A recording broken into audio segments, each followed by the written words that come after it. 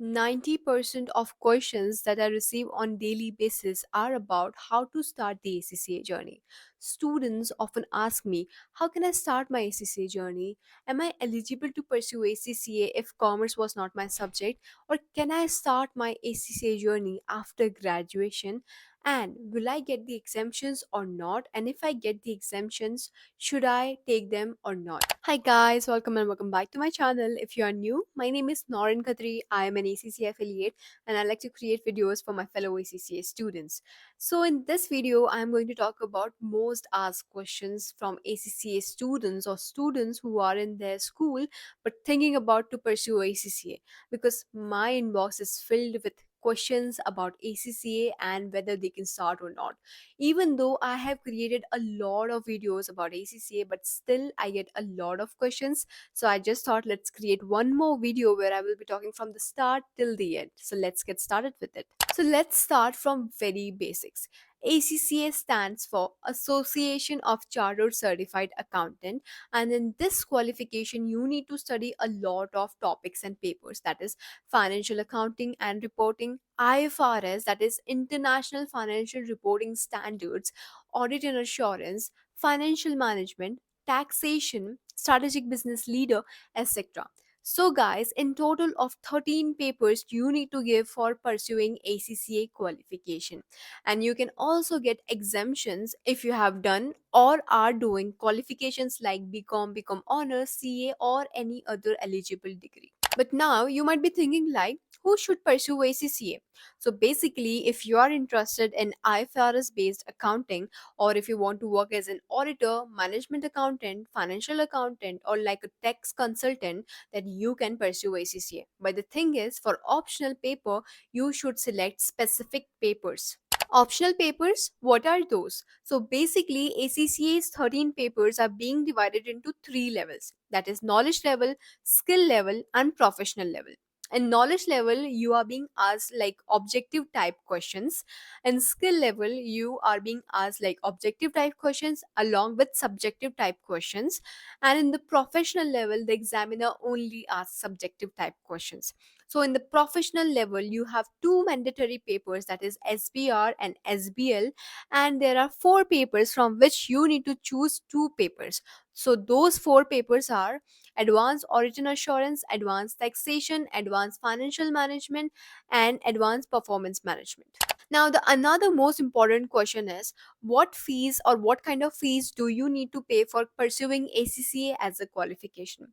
So, for pursuing ACCA, you need to pay three kind of fees. The first one is initial registration. It is one-time fees which you need to pay as a student. Second comes annual subscription fees which you need to pay every year. And third is examination fees. For every examination, you need to pay this fees. Another most important thing which you need to keep in mind is that for ACCA you need to pay their fees in GBP, that is Great British Pound. So you need to convert Indian rupees into GBP and then pay their fees. So here exchange rate, that is currency exchange rate, also plays a crucial role. And if you need to claim exemptions, then you need to pay fees for exemption claiming also. But if you are registering through any authorized ACCA partner, then you can get discount on this fees. So you can plan accordingly and discuss this with all the ACCA partners and what kind of discounts are they providing you. Now, what is the duration in which you can complete your ACCA qualification? So if you are someone who is starting from the knowledge level, then you will typically take between 2.5 years to 3 years, and it can vary upon the attempts which you are taking per quarter. And another thing, if you are someone who is taking exemptions and then starting with your ACCA qualification, then the time which you are going to take will depend upon the exemptions which you are taken and then the papers which you are appearing. Accordingly, the time is going to differ. Another most important question, should you take exemptions? So, guys, listen, it is a very simple thing which you need to keep in mind.